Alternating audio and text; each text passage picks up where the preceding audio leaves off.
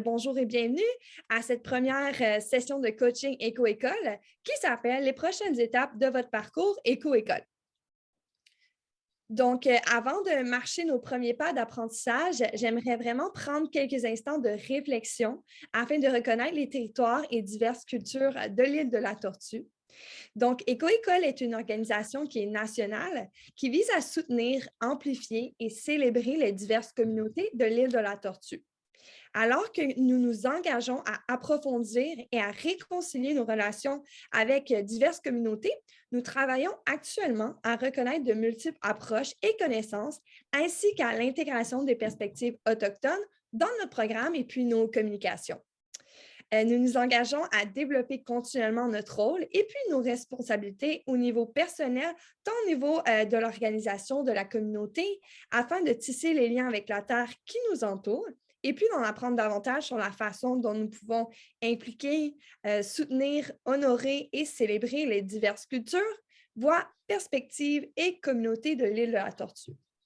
Donc, en tant qu'un membre de réseau croissant qui est d'écoles, de partenaires, nous continuerons à encourager cette réflexion et puis ce chemin de croissance et puis cette pratique avec les diverses communautés que nous servons. Et voilà, un peu plus personnellement sur mon sentier qui est unique de croissance et d'apprentissage. Moi, aujourd'hui, j'aimerais prendre un petit moment pour souligner ma gratitude de la terre, mais ma gratitude d'un arbre indigène de l'île de la Tortue, qui se nomme le thuya, également le cèdre blanc, un arbre qui fait partie des 4 plantes sacrées de base pour diverses communautés autochtones, avec la sauge, le tabac et le foin d'odeur. Donc, un arbre qui, pour moi, me lie énormément à mon grand-père, à ces feux d'hiver lorsqu'on faisait de la pêche ensemble, cette odeur de cèdre blanc qui parfume vraiment mes mémoires, dont j'ai la chance de grandir auprès d'un jardin médicinal juste à côté du pin blanc, du cèdre blanc. Donc, c'est une médecine qui m'offre beaucoup de protection, de soutien immunitaire et puis de chaleur, surtout dans les saisons hivernales que nous sommes en train d'affronter toujours. Et juste avant qu'on se lance un petit peu plus dans nous, qui nous sommes, nous allons juste commencer avec un petit cercle de partage. Donc, on va explorer ensemble, juste à travers ce petit cercle de partage-là, quel est un élément de la nature qui, pour vous, vous inspire et qui peut semer des apprentissages dans votre parcours. Donc, un élément de la nature inspirant qu'on retrouve, peut-être une ressource d'inspiration qui motive soit votre passage, votre croissance ou autre chose. Puis dans le fond, nous, on vous invite juste à partager le tout dans la boîte de discussion. Ça nous donne une idée un peu aussi de qu'est-ce qui vous inspire justement de la nature. Donc, on vous invite fortement à mettre ça dans la boîte de discussion. Puis, vous pouvez prendre le temps pour répondre. On va être capable d'y retourner au cours de la présentation. Et puis, on peut changer de diapo. C'est ça, dans le fond. Merci beaucoup d'être ici aujourd'hui. Avant de nous lancer dans la suite de ce cercle d'apprentissage, une petite intro. Alors, qui suis-je? Moi, je me nomme Frédérique Guy. J'utilise les pronoms « elle » et je suis la coordinatrice bilingue de programme chez Éco-École. Je suis herboriste et je suis diplômée en botanie, en écologie, qui a un parcours qui sent vraiment le bien-être et la nature, qui me représente énormément. Pour moi, un symbole de la nature, donc un élément de la nature qui m'inspire énormément dans la communauté, c'est l'épilobe en épi, qu'on appelle aussi fireweed en anglais. C'est une plante qui est indigène, c'est un symbole de résilience, c'est une plante médicinale de force. Une pardonnez-moi, une plante qui représente énormément également ma pratique en tant qu'artiste, donc une plante que j'aime beaucoup m'associer. Et puis aujourd'hui, je suis accompagnée de mon collègue et ami Ayoub. Donc Ayoub, je te laisse te présenter. Merci beaucoup Frédéric. Bonjour à toutes et à tous. Et nous sommes contents et contentes de vous avoir parmi nous aujourd'hui. Je suis Ayoub Hamoudi. Je suis gestionnaire bilingue de programme ayant un intérêt particulier pour l'éducation relative à l'environnement. C'est pour moi une grande fierté de pouvoir appuyer les acteurs et actrices clés du milieu scolaire grâce au programme Éco-École. Comme le disait Frédéric, la nature nous entoure de beaux symboles à contempler et à préserver. et chacun de nous aura un petit symbole particulier. Pour moi, celui qui me procure une source d'inspiration est le palmier dattier, qui, comme vous le savez, est une espèce qui résiste au climat difficile et qui arrive à offrir de la nourriture, de l'ombre, mais aussi de la matière première pour de nombreuses populations. Et je suis également reconnaissant d'être en ce moment sur le territoire Abénaki, et plus précisément Tineketolekwa, qui est plus connu sous le nom de Shem.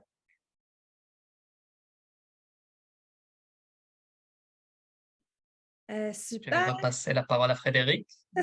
Merci beaucoup, Ayoub, pour cette intro inspirante. Merci à tous et toutes qui sont en train de nous communiquer dans la boîte de discussion.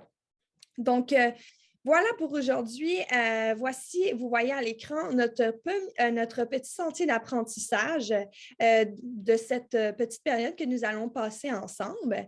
Donc, aujourd'hui, nous allons commencer. Dans le fond, on va prendre la parole pour la première bonne partie de ce sentier d'apprentissage. Mais comme je disais, on va avoir une belle période de questions à la fin pour vraiment répondre à vos questions ou même pour vous donner cette opportunité, cet espace pour échanger entre vous puis échanger peut-être des initiatives ou des idées que vous avez. Donc, nous allons commencer en traversant quelques petits rappels. Donc, comment gérer, par exemple, votre plan éco-école, comment soumettre votre plan éco-école en fin d'année. Nous allons aborder quelques bonnes pratiques pour le programme, comment se lancer dans l'aventure éco-école, par exemple. Nous allons explorer également les prochains pas avec Éco-École, donc comment retenir cette information et passer à un autre niveau. Et comme j'ai mentionné, il y aura une belle période de questions à la fin. Donc, nous, notre présentation, c'est environ 20 à 30 minutes. Donc, soyez certaines d'être bien installés, gardez la caméra fermée, une belle position sur la chaise, juste pour être dans un bon confort. Puis si jamais vous avez besoin de quitter, il n'y a aucun problème. Nous, dans le fond, comme j'ai mentionné auparavant, la présentation, elle est enregistrée. Elle va être possible justement pour vous et accessible d'y retourner si jamais vous avez manqué une partie ou si vous voulez y retourner. D'accord, alors, la prochaine chose que nous allons faire, c'est je vais juste lancer un petit sondage, juste pour se donner un petit peu une idée de qui est dans la salle. Donc, nous, ce qu'on se demande, c'est qu'est-ce que votre aventure éco-école jusqu'à présent? Donc, est-ce que c'est votre première année d'exploration avec le programme éco-école? Donc, on a par exemple, oui, c'est ma première année. Non, mais c'est la première fois que j'utilise la nouvelle plateforme. Donc, la nouvelle plateforme qui est assez récente dans les dernières années. Ou non, je suis ici pour vraiment apprendre à en savoir plus sur les prochaines étapes de mon parcours. Donc, je vais juste lancer ce petit sondage-là. C'est parti. Donc, on va juste se laisser juste comme 1 minute pour répondre à ça. Puis nous, ça nous donne juste un peu une idée de qui est dans la salle aujourd'hui. Donc, voilà.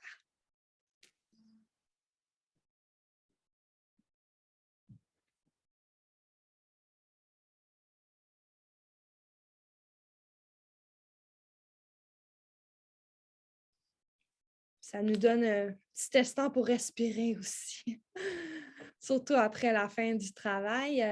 Donc, si jamais vous voyez bien mon sondage à l'écran, prenez juste un instant pour répondre. Puis, voilà.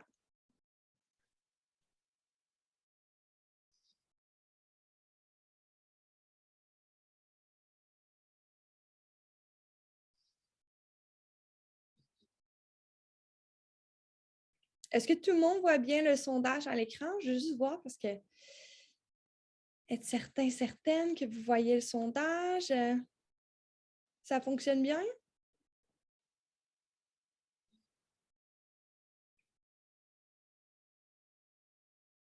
Pour toi, Ayoub, ça fonctionne, le sondage? C'est parfait, oui, OK, bon, ben super. merci. OK, super. Ben, du coup, OK, on va faire. Super. OK, on va fermer ça. OK, ben ça nous donne un peu une idée. On a un petit peu, surtout des nouvelles personnes qui sont retournantes vers nous. Donc, c'est bon de se donner une petite idée. Merci d'avoir pris le temps justement de répondre à ça. Voilà. Donc maintenant, dans le fond, moi, je vais passer la parole à Ayoub. C'est Ayoub qui va poursuivre avec vous et on va se retrouver par la suite. Parfait, merci encore une fois Frédéric. Et c'est bon de savoir que nous sommes en présence de nouvelles écoles, donc qui pour elles c'est la première année de certification, mais également d'écoles qui nous retrouvent et que nous sommes contents de retrouver également pour cette nouvelle édition du programme de certification.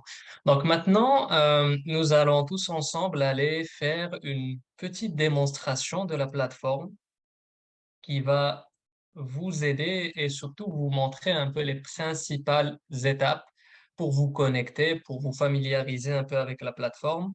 Je voudrais aussi souligner que si jamais vous oubliez un élément, ce n'est pas grave. Nous avons des vidéos tutoriels qui sont disponibles sur notre page de Foire aux questions qui vont vous permettre aussi de revoir toutes ces étapes-là en prenant votre temps, bien sûr. Donc, la première des choses, ça va être de se connecter sur la plateforme, de s'inscrire premièrement pour les écoles qui sont nouvellement, qui ne sont pas encore inscrites.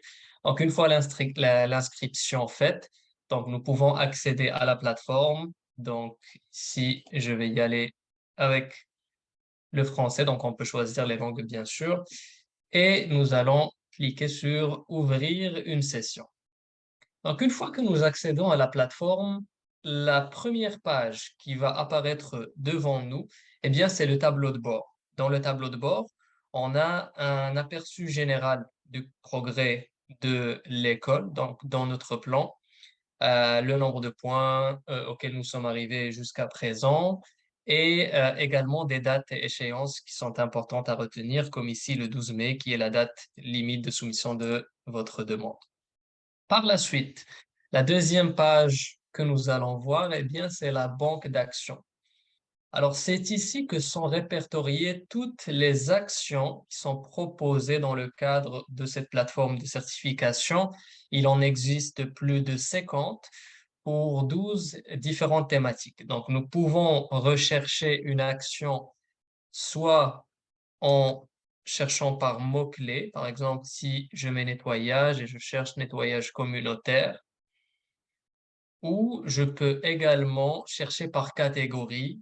Par exemple, nous allons aller vers déchets, rechercher, et là, nous aurons toutes les actions qui sont en lien avec les déchets. Donc, vous pouvez prendre votre temps pour les nouveaux et nouvelles utilisateurs et utilisatrices pour bien explorer toutes les actions qui s'y trouvent et choisir celles qui vous intéressent le plus. Donc, une fois que nous trouvons une action qui nous intéresse et que nous voulons l'ajouter à notre plan, eh bien, c'est bien simple. Il suffit juste de cliquer sur le petit plus qui est ici. Donc, si je pose mon curseur, ça va m'indiquer ajouter cette action à notre plan.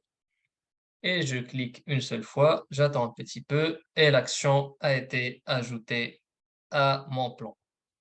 Donc là, ça va nous conduire à la troisième page que nous allons voir ici, qui est notre plan. Alors, toutes les actions que nous avons ajoutées vont se retrouver ici, en plus d'une barre qui rappelle un peu notre progression euh, dans notre programme de certification. Donc, une fois que les actions sont ici, nous pouvons les ouvrir, les consulter, se renseigner sur l'action avec une section à propos, avoir des idées sur comment intégrer ces actions-là dans le curriculum scolaire, voir les objectifs de développement durable auxquels l'action est liée et certaines photos, des fois, qui sont disponibles pour des éco-écoles en action pour avoir un peu d'inspiration. Donc, chaque action va venir avec un guide de l'action que nous vous invitons à lire pour avoir une idée sur la façon de réaliser l'action. Une section ressources qui va vous fournir des ressources même bilingues pour un peu vous aider à réaliser l'action, mais également à approfondir votre apprentissage. Et finalement, les questions de certification auxquelles il faut répondre pour réclamer cette action-là. Donc, une fois que nous avons toutes les réponses sont entrées, eh bien, nous pouvons alors cliquer sur le bouton Terminer pour que l'action puisse être ajoutée ici, donc avec les actions terminées. Par la suite, une fois que nous avons terminé toutes les actions, eh bien, nous pouvons soumettre notre plan de certification. Il est très important de s'assurer que toutes les actions soient complétées. Si jamais vous voyez que vous ne pouvez pas, par exemple, compléter une action que vous voulez la supprimer de votre plan, eh bien, c'est facile. Il suffit juste de cliquer sur la petite croix, toujours dans le coin en haut à droite de chaque action, confirmer la suppression de la carte d'action du plan, et voilà, c'est fait. Donc, une autre fonctionnalité qui est intéressante dans notre page, dans notre plateforme de certification, eh bien, c'est la page Impact. Donc, dans cette page-là, vous allez pouvoir visualiser des impacts qui sont liés directement aux actions qui sont prises par votre école.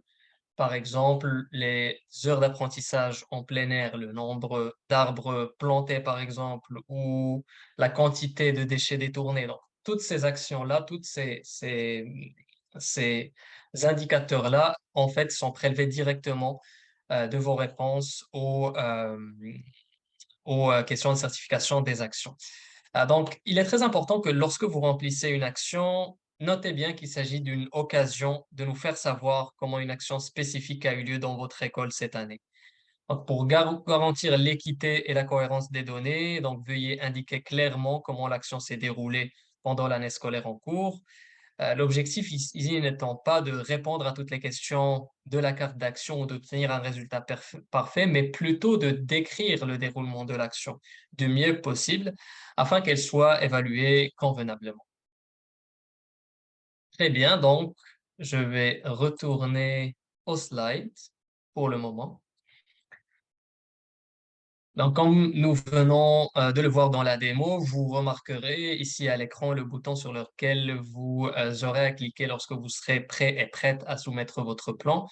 Une fois que vous aurez rempli au mieux de vos capacités toutes vos actions, vous cliquerez sur Terminer, donc soumettre pour le niveau qui va être indiqué, et vous pourrez donc soumettre votre plan de certification. On va voir maintenant quelques exemples de meilleures pratiques à garder à l'esprit afin d'épanouir votre programme éco-école. La première étant de réclamer des actions pour l'année scolaire en cours uniquement. Qu'est-ce que cela veut dire? En fait, les actions, projets et campagnes que votre école réalise doivent avoir eu lieu pendant l'année scolaire en cours, c'est-à-dire de septembre 2022 à juin 2023 pour cette année, par exemple, pour la plupart des écoles. EcoEcole est un programme de certification annuel et nous évaluons les actions et l'apprentissage en matière d'environnement que les écoles entreprennent au cours d'une année spécifique. Si certaines actions sont des pratiques établies dans votre école, il doit y avoir un certain type d'apprentissage continu, d'entretien et d'engagement des élèves cette année pour que vous puissiez déclarer ces actions. Si des travaux ont lieu après la date limite de soumission de votre plan de certification, par exemple des actions qui auront lieu en mai ou en juin, vous pouvez soumettre ce qui est prévu. Cela peut également inclure les projets de verdissement des cours d'école, comme le jardinage, qui se poursuivent généralement pendant l'été. La deuxième pratique que nous recommandons est d'éviter la duplication. Alors, il est important de s'assurer que vous ne réclamez pas deux fois la même action.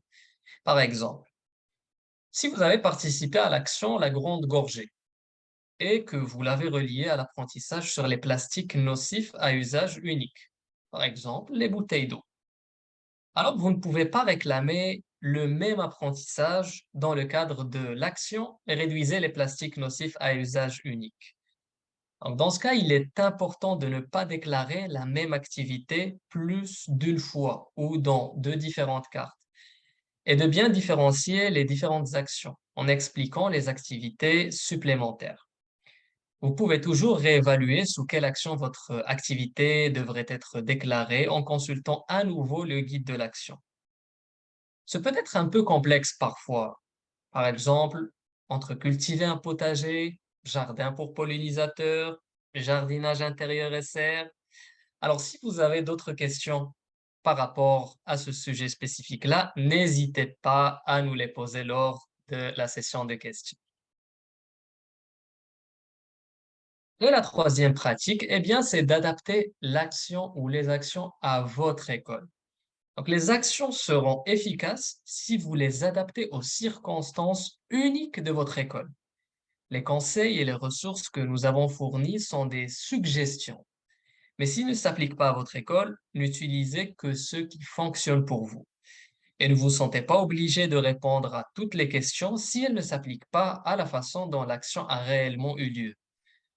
Un rappel de ne pas vous concentrer sur les points lorsque vous déclarez des actions, mais plutôt sur vos accomplissements et la célébration de vos actions. Voyons voir maintenant ou prenons le temps de partager certains des conseils donc, et des meilleures pratiques qui sont importantes à la fois pour les écoles qui participent pour la première fois et un aide-mémoire pour celles qui ont déjà participé mais qui auraient besoin peut-être d'un petit rappel. Le premier pas. Donc, nous vous proposons ici deux ressources que vous pourrez trouver très utiles à consulter tout au long de l'année. Notre guide de certification, qui offre un guide détaillé du programme, et notre webinaire d'introduction à EcoEcole, qui prend le temps de vous présenter notre programme de manière plus approfondie que ce que nous allons couvrir aujourd'hui. Il s'agit d'une autre ressource utile, en particulier si vous présentez le programme aux élèves ou à d'autres membres du personnel de votre école. Voici également quelques éléments à garder à l'esprit lorsque vous débutez votre aventure éco-école ou lorsque vous vous réorientez, vous et votre école, dans ce programme. La formation d'une éco-équipe, qui est quelque chose de très important et qui est au cœur d'une bonne école écologique. Les éco-équipes peuvent varier considérablement. Elles peuvent comprendre des élèves, des membres de l'enseignement et de la communauté scolaire élargie ou encore être une initiative de la classe. Si des initiatives environnementales sont déjà en cours dans votre école, assurez-vous d'entrer en contact avec ces personnes pour ces initiatives-là. Vous découvrirez peut-être que votre école s'est déjà engagée dans des activités qui peuvent contribuer à votre programme éco-école. Nous vous recommandons également de consulter la section ressources de chaque action, qui comprend des ressources supplémentaires pour vous aider à mener à bien l'action. Enfin, n'oubliez pas de célébrer vos accomplissements et vos actions. Qu'il s'agisse d'une petite célébration avec votre éco-équipe ou d'une célébration virtuelle à l'échelle de l'école après avoir reçu vos résultats de certification, il est très important de célébrer ces accomplissements. Avant de mettre en évidence certaines actions éco-école que votre école pourrait vouloir entreprendre cette année, nous allons parler brièvement des actions Préparez-vous et littératie environnementale. Ces deux actions qui sont automatiquement ajoutées à votre plan et sur lesquelles figure un symbole de cadenas, comme vous pouvez le voir, sont fondamentales aux bases de votre programme. Elles offrent toutes deux un certain nombre de ressources intéressantes. Par exemple, l'action Préparez-vous contient des liens vers le diagnostic de durabilité, le guide de certification et des idées pour créer une éco-équipe solide. La carte littératie environnementale consiste à situer le programme dans une pratique d'apprentissage dans, sur, pour et de l'environnement. Cette action vous demande de réfléchir à la manière dont l'éducation environnementale se présente actuellement dans votre école. De nombreuses ressources sont également incluses dans cette action, des approches générales de l'éducation à l'environnement aux boîtes à outils pour soutenir les jeux et l'apprentissage en plein air et les perspectives autochtones au sein de l'éducation. Je vais repasser maintenant la parole à Frédéric pour la suite. Super. Merci beaucoup, Ayoub, pour toutes ces belles informations. OK, super. Donc, maintenant que nous avons touché un peu les meilleures pratiques, des petits rappels à une mémoire pour ceux et celles qui reviennent, on va maintenant prendre le temps de mettre en évidence certaines actions éco-école que vous pourriez peut-être envisager d'ajouter à votre plan cette année. Peut-être que vous les avez déjà dans votre plan. Peut-être que ça va être des actions que vous allez faire dans le futur, dans une autre année scolaire. Mais dans le fond, ces actions qu'on va souligner là, c'est des actions qui sont vraiment accessibles à tous les niveaux scolaires et à divers types d'écoles.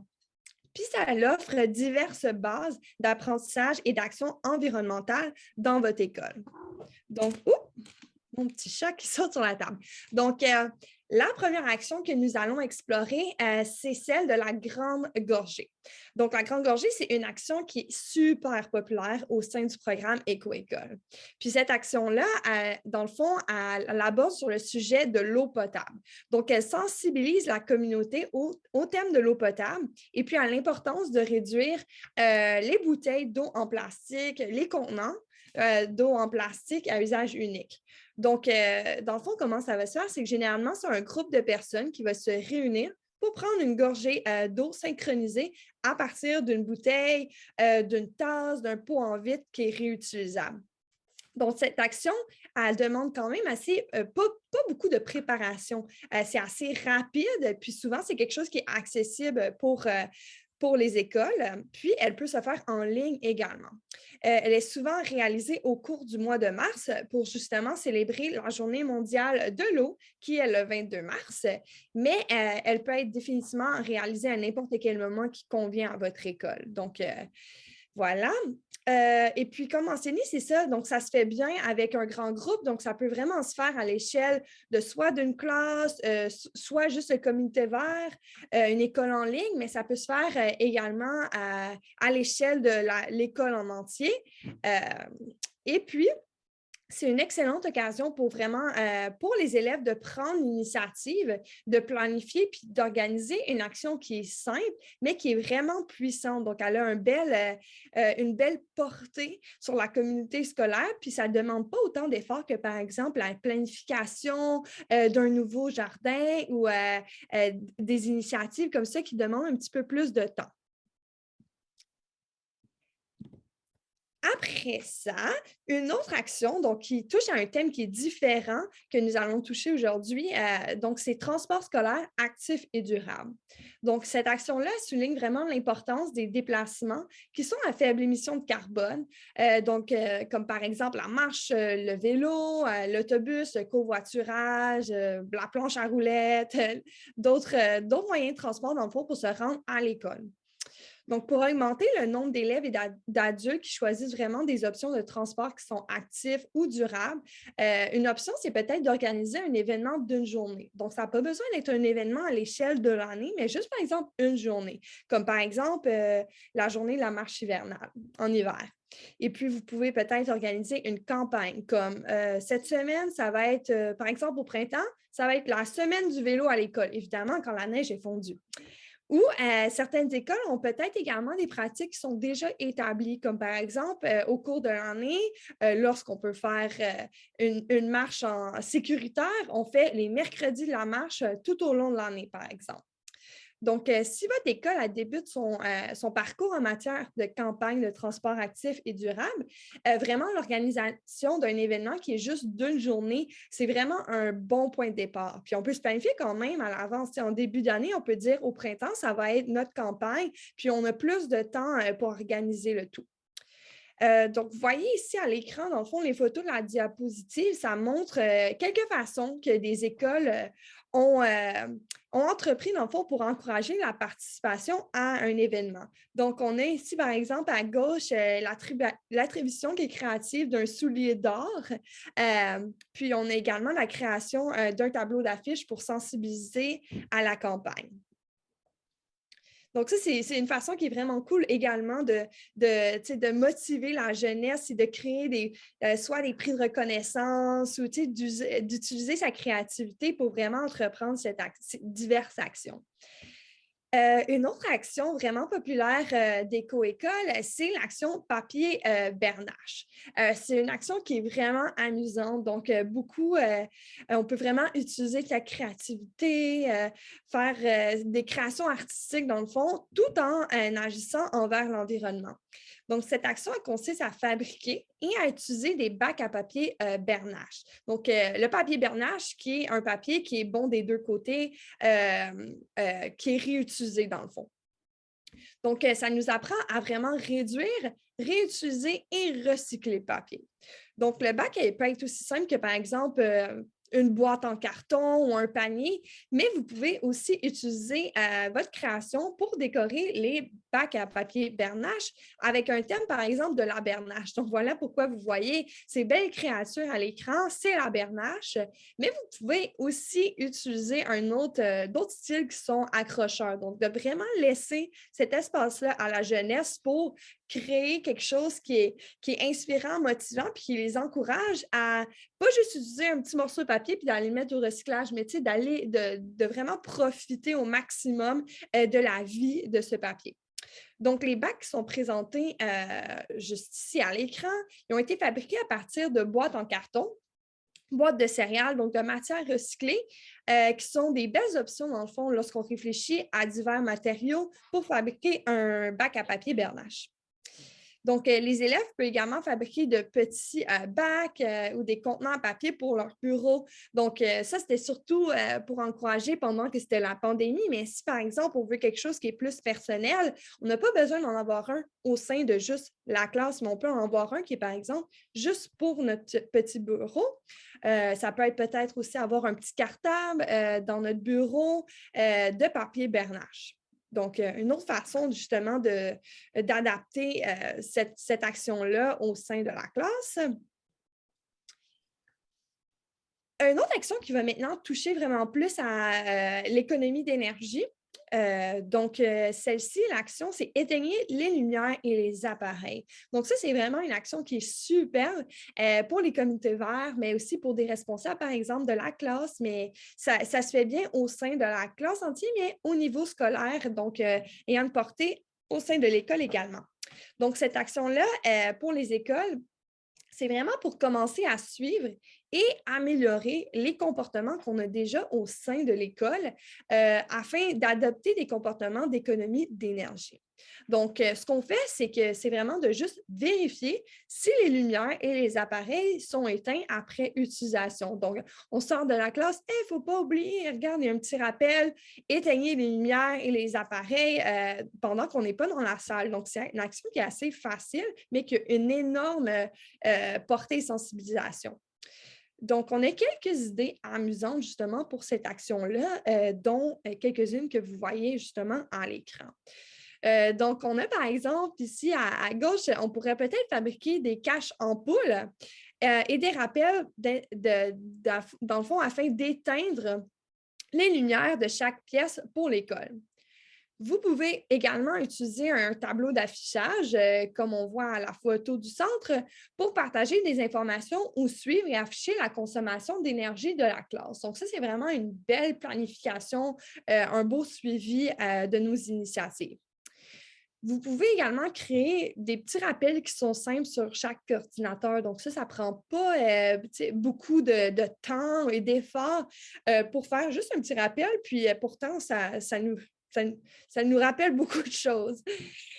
Et donc, cette action, elle peut être réalisée vraiment au sein de la classe, mais elle peut être utilisée au sein d'une éco-équipe. Elle peut être pour toute l'école en entier, comme j'ai mentionné auparavant.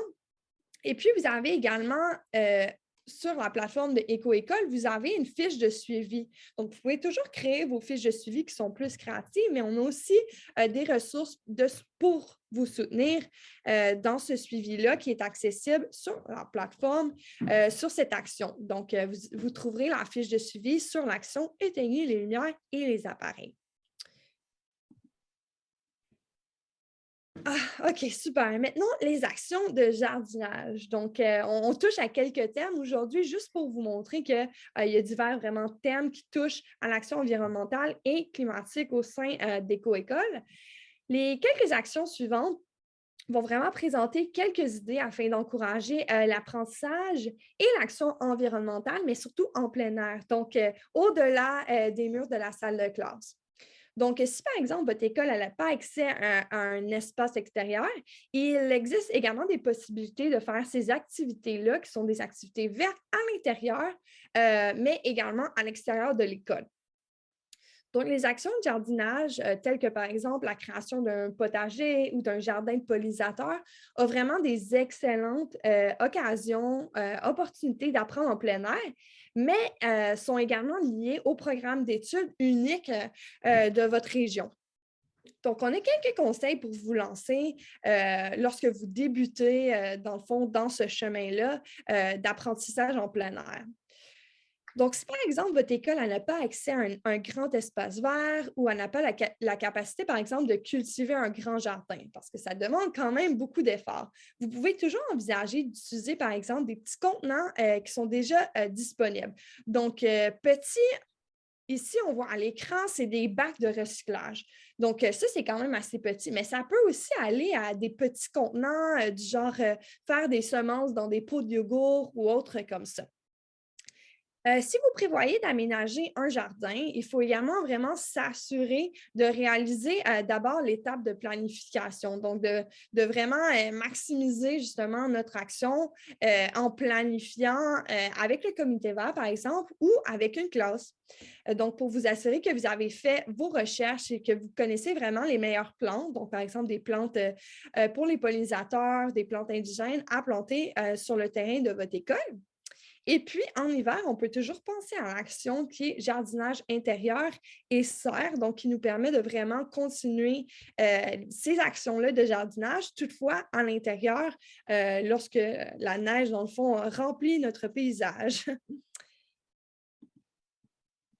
Une autre belle action que ma préférée, en fait, c'est Petits coins en nature.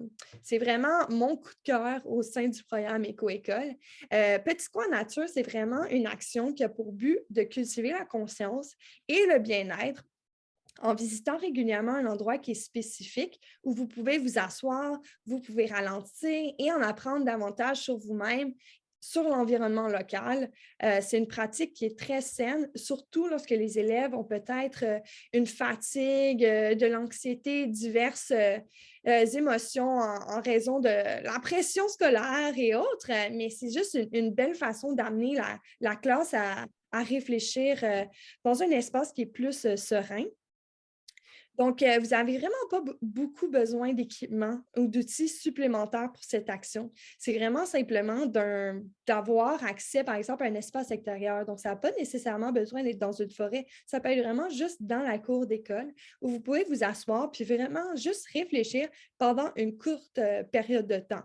Ce que vous pouvez toujours faire également, c'est de retourner à cet espace-là avec, par exemple, des feuilles de papier, puis de laisser cet espace-là à la jeunesse pour créer, par exemple, un journal de bord, un journal de la nature, peut-être faire des dessins de la nature. C'est vraiment intéressant, puis ça laisse vraiment cette belle flexibilité, cet espace-là, à la jeunesse d'explorer leur apprentissage en nature. Également, nous avons créé une ressource pour vous guider dans cette pratique que vous allez trouver sur la demande de certification Éco-École. Et puis, après toutes ces belles actions que nous avons explorées ensemble, une autre, c'est la dernière qu'on va juste vous présenter aujourd'hui, qui touche les déchets, donc la gestion des matières résiduelles, par exemple.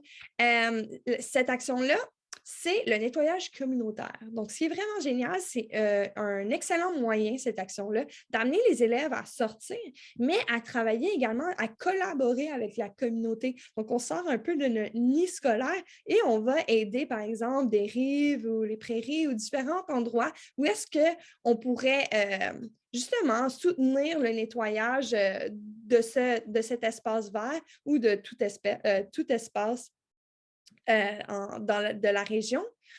Donc, on a quelques idées pour vous aider à vous lancer, dans le fond, dans cette belle initiative-là qui a une belle portée. Vous pouvez toujours faire participer toute votre école, par exemple, à un nettoyage de printemps. Donc, après la fonte de la neige, si vous avez de la neige, c'est toujours une belle façon parce qu'on trouve quand même beaucoup de déchets sous la neige. Donc, de bien commencer la saison du printemps de cette façon. Vous pouvez organiser un nettoyage dans dans la communauté, comme mentionné, donc par exemple un parc local, un rivage ou autre. Et puis, Éco-École, elle propose de nombreuses ressources pour vous aider à réaliser vraiment ce nettoyage communautaire. Notamment, par exemple, une fiche de suivi qui vous aidera à calculer la quantité totale de déchets et de matières recyclables que votre école collecte. Puis ça, c'est vraiment une belle façon parce que ça montre vraiment un visuel de la portée des actions de la jeunesse, justement. Donc, ça peut vraiment aider à motiver la jeunesse à entreprendre d'autres actions également. Et puis voilà, donc c'était tout pour les super belles actions Éco-École qu'on voulait vous présenter aujourd'hui. Maintenant, je vais repasser la parole à Ayoub pour vous présenter les niveaux de reconnaissance d'Éco-École. Merci beaucoup, Frédéric, pour nous avoir présenté toutes ces belles actions stimulantes et bien amusantes. Donc, un petit rappel par rapport au niveau de reconnaissance que votre école peut obtenir divers niveaux grâce au programme Éco-École. Cette année, nous avons introduit une rubrique utile qui fournit des indications sur les critères utilisés par Éco-École Canada pour évaluer les demandes des écoles. Vous pouvez constater qu'en créant un plan, votre école est déjà reconnue comme école participante. Alors que la certification platine peut être un défi, et la certification au niveau bronze, par exemple, peut être accomplie avec peu d'actions ou des actions comme ce que Frédéric a mentionné, donc des actions d'une journée, à l'aide de diverses actions, donc, comme on l'a dit. Donc, c'est une belle façon de se lancer dans le programme.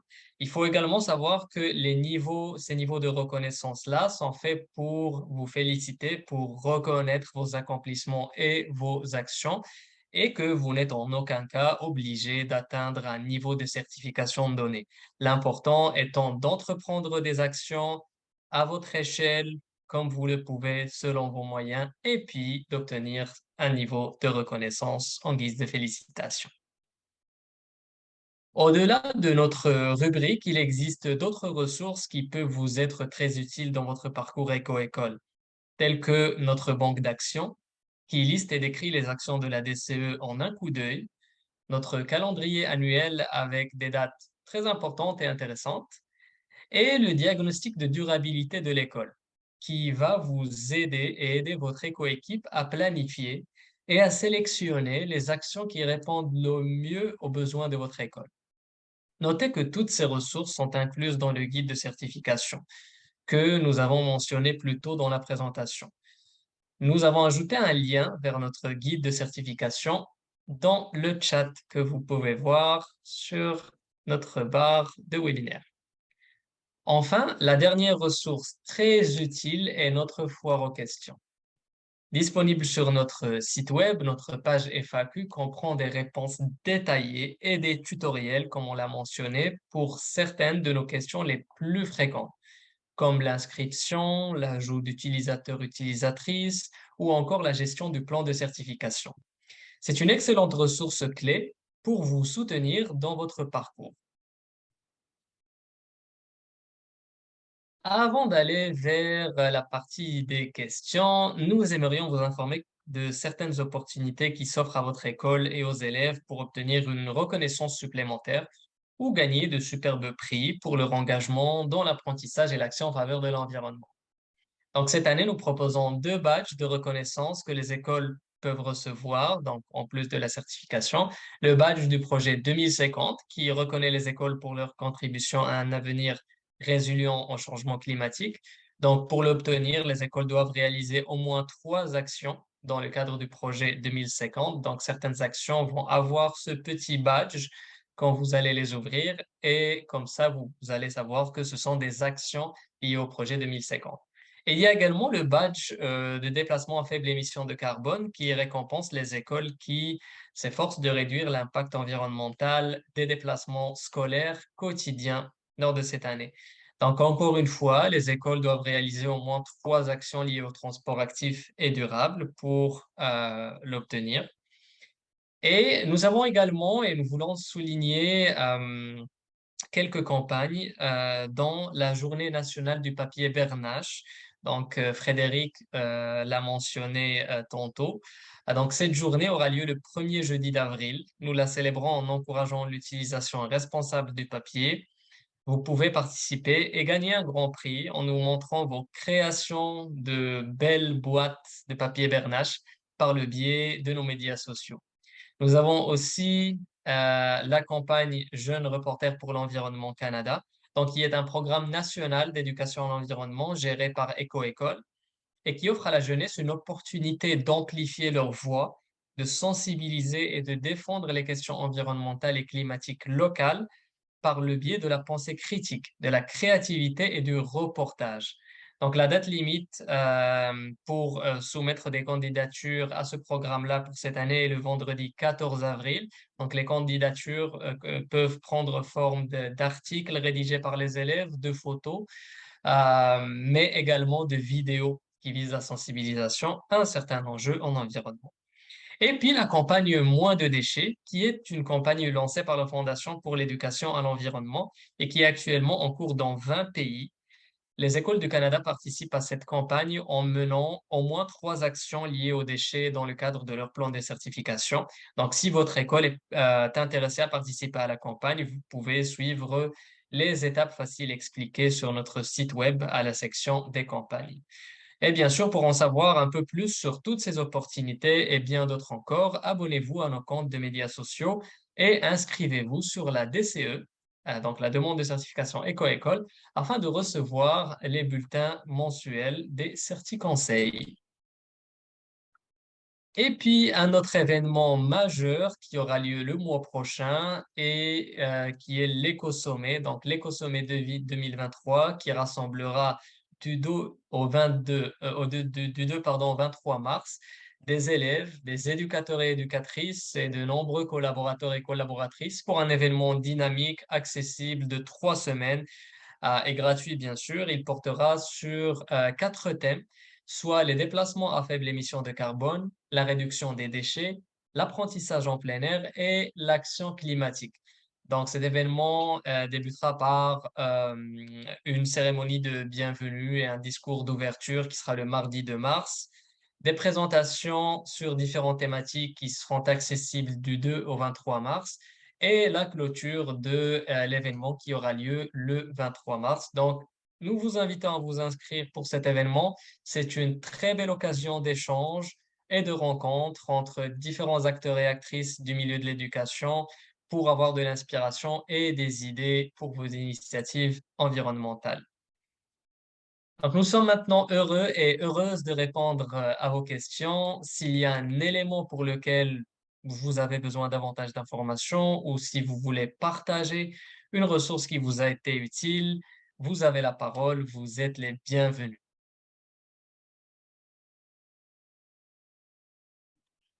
Merci Ayoub pour tout ça. Puis juste pour répondre à une question que j'ai vue dans la boîte de chat que j'ai répondu, mais comme mentionné, c'est ça un peu au début de la présentation. Cette présentation-là que nous avons enregistrée, on va la rendre accessible à la communauté scolaire. Nous, dans le fond, on doit juste faire un peu couper la vidéo puis tout. Donc, juste nous laisser dans la prochaine semaine, on va la mettre sur notre page web. Donc, vous allez y avoir accès. Et puis, nous allons vous envoyer un courriel de suivi, donc incluant les ressources que nous avons mentionnées au cours de cette présentation-là. Donc, comme ça, vous allez avoir accès à toutes ces belles ressources-là en juste un espace un petit peu plus facile qu'au cours, dans le fond, de cette présentation-là.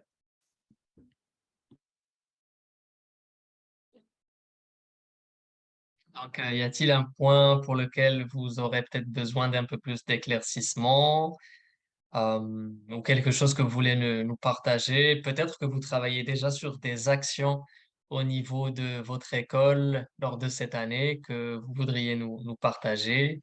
Si vous avez utilisé des ressources, si vous avez innové, créé ou entrepris une action pour laquelle pour laquelle vous sentez fier, que vous aimez. Donc, vous pouvez nous la partager également. Puis en fait, Ayoub, je vois une question, dans le fond, de Christine qui. De votre part aussi. OK. Donc, Christine, je vais dans le fond vous nous communiquer. Donc, oui, comment ça fonctionne vraiment, la certification? C'est si vous êtes nouveau ou nouvelle, en fond, avec la certification de 1, ça va être génial. Si vous regardez la présentation, la vidéo qu'on va vous envoyer, qui est Introduction à Éco-École, ça va vous donner déjà un aperçu de comment ça fonctionne. Mais vous avez un peu compris le principe. Donc, c'est vraiment la première chose, quand c'est votre première année, on vous encourage à faire le diagnostic de durabilité. Ce que c'est que ça vous donne vraiment une idée de qu'est-ce que vous entreprenez déjà dans votre école, puis qu'est-ce qui existe déjà dans Éco-École, comme ça, vous pourriez mettre ça ensemble. Donc, après ça, comment ça fonctionne toujours? Ça va être de créer votre plan. Vous pouvez toujours mettre beaucoup plus d'actions que vous souhaitez, donc vous donnez un gros objectif, puis en enlever au fil du temps. Puis dans le fond, ça va être juste au fur et à mesure que vous complétez ces actions-là, vous allez sur notre plan, sur la plateforme, comme on vous a montré, dans la section questions de certification, et puis vous remplissez les questions de certification au fur et à mesure. Donc, c'est vraiment comme cette étape-là que ça fonctionne. La seule chose, c'est qu'en fin d'année, donc en mi-mai cette année, c'est que vous devez soumettre, dans le fond, ce plan-là. Donc, peu importe ce que vous accomplissez, peu importe, vous allez être reconnu au sein d'Éco-École, soit comme école participante, soit une certification. Mais dans le fond, c'est juste pour vous encourager à, par exemple, avoir des buts qui sont peut-être plus grands pour l'année prochaine ou peut-être, l'année prochaine, je vais ajouter une autre action. Donc, ça, c'est pour répondre à votre première question. Nous, dans le fond, comment ça fonctionne? On demande ici si on va être contacté par quelqu'un de votre équipe ou une visite de votre part ou c'est le système automatique. Donc, si jamais vous êtes sur la plateforme puis vous avez des petits pépins, généralement, vous allez avoir au bas de l'écran à gauche cette option-là qui est support d'Éco-École. Vous écrivez votre message, dans le fond, puis nous, dans le fond, ça nous est transféré à nous. Donc, pour l'instant, c'est Ayoub et moi qui représente la communauté francophone, donc qui représente le programme qui est bilingue. Donc, ça va être directement nous qui va répondre à vos questions. Et puis, c'est vraiment assez rapide. Donc, ce n'est pas un système qui est automatique, c'est nous qui va répondre à vos questions uniques. Puis, si on voit que, par exemple, vous avez des enjeux, que ce n'est pas possible pour vous de régler, nous, on va vous assister là-dedans. Voilà. Puis, on peut toujours vous envoyer également nos courriels, dans le fond, pour vous aider à nous contacter. J'espère que ça répond à votre question. Génial. Puis justement, quand on va faire le courriel, le suivi, vous allez voir, moi, je vais mettre en CC Ayoub, donc vous allez voir nos courriels, puis on a déjà ce contact-là. Est-ce qu'on peut commencer, puis ça reste au cours de même année? Oui, donc... Exactement. Donc, 2 questions, c'est une ici, Jean. Oui, dans le fond, vous pouvez, si vous voulez mettre 20 actions dans votre plan cette année, c'est génial. Plus d'actions, c'est génial, mais vous pouvez toujours commencer en ajoutant, par exemple, 10 actions, 5 actions. C'est à vous de voir vraiment ce que vous souhaitez, quels sont vos objectifs pour cette année. Est-ce que vous voulez seulement explorer la plateforme, explorer les belles ressources qui sont gratuites et accessibles à votre communauté scolaire? Comment ça fonctionne? C'est qu'à chaque fois, chaque action a soit 5 ou 10 points. Donc, plus vous complétez cette action-là sur la plateforme, plus vous accumulez des points. Et c'est cette quantité, donc ce nombre de points-là, qui vous donne accès à un niveau de certification. Puis c'est ce que Ayoub a montré quand on voyait le progrès, cette espèce de barre-là, qui disait le progrès de votre plan. Dans le fond, ça montre combien de points vous avez accumulé. Combien de points vous avez accumulé, voilà, au cours de l'année. Donc, pour accumuler des points, dans le fond, c'est plus vous ajoutez des actions, plus ça vous donne, par exemple, cette année, je pourrais récolter 60 points. Et plus vous complétez ces questions de certification-là, donc vous répondez à ces questions de certification, plus vous allez accumuler ces points-là. C'est comme un peu le principe, comment ça fonctionne. Je ne sais pas si, Ayoub, il y a d'autres questions. Je ne sais pas si tu veux prendre la relève. Oui, avec grand plaisir. J'ajouterais aussi que il est préférable de prendre peu d'actions et de les réaliser de la meilleure manière. Peut-être que de prendre un grand nombre d'actions et d'en réaliser juste quelques-unes. Donc, encore une fois, il n'y a pas d'obligation par rapport à l'atteinte d'un nombre de points possible ou d'un niveau de reconnaissance possible, mais c'est vraiment dépendamment de l'école et de combien de temps et d'efforts elle peut investir là-dedans.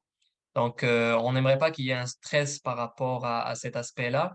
Par contre, on apprécie beaucoup que les réponses aux questions de certification soient claires, surtout dans les sections de description de l'action. Donc, par exemple, où nous demandons une description de comment l'action a eu lieu. Donc, on préfère qu'il y ait une bonne description. C'est pas non plus obligé que ça soit un long texte, mais juste des réponses claires, concises et qui expliquent comment l'action s'est déroulée.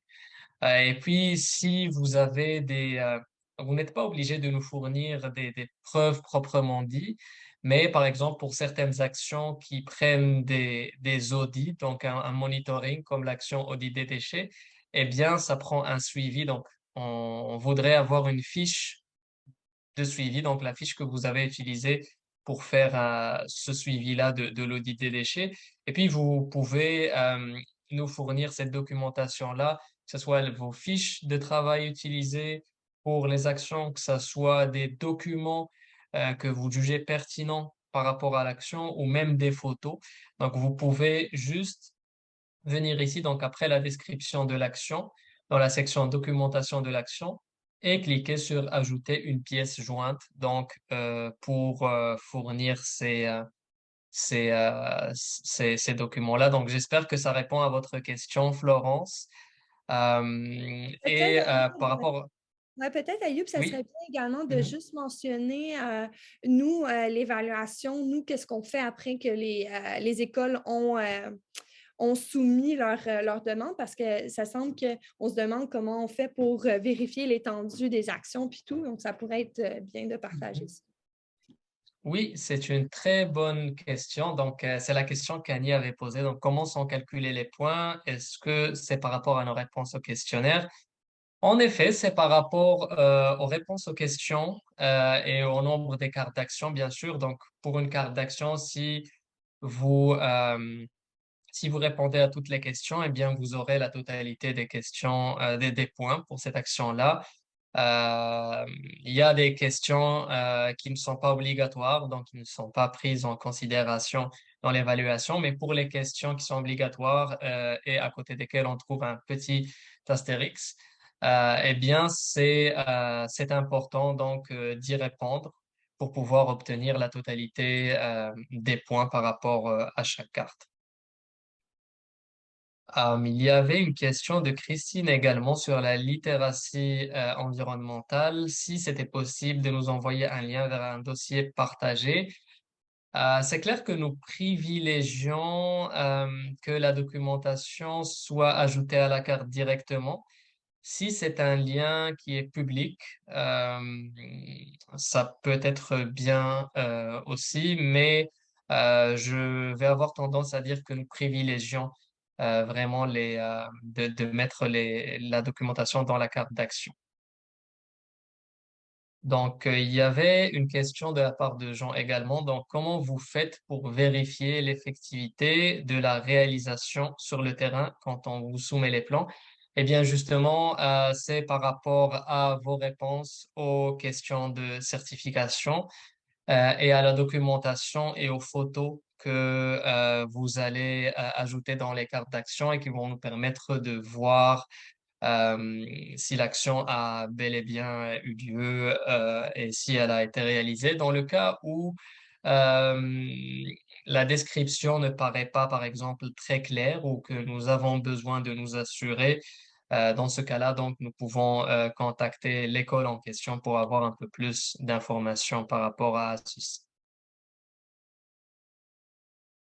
Donc, j'espère que ça répond à vos questions. N'hésitez pas si vous en avez d'autres à nous poser aujourd'hui ou si jamais il y a des questions qui vous viennent en tête après la session, eh bien, vous pouvez toujours nous contacter à notre adresse courriel donc, que Frédéric va vous envoyer.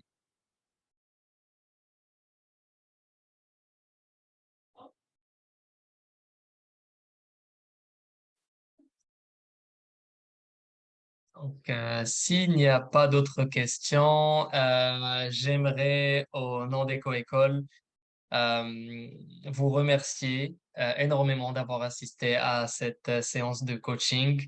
Et n'oubliez pas encore une fois que vous pouvez nous joindre à notre adresse générique qui est programmes à commercial.ecoschools.ca si vous avez des questions et si vous avez besoin d'assistante. Nous vous invitons également, une grosse invitation à regarder notre site Internet et principalement la page FAQ pour vous familiariser avec la plateforme. Et en espérant que cette année, vous pourriez réaliser de belles actions. Je vous souhaite une excellente journée et une bonne suite de semaine. Merci à vous. Merci beaucoup. À la prochaine.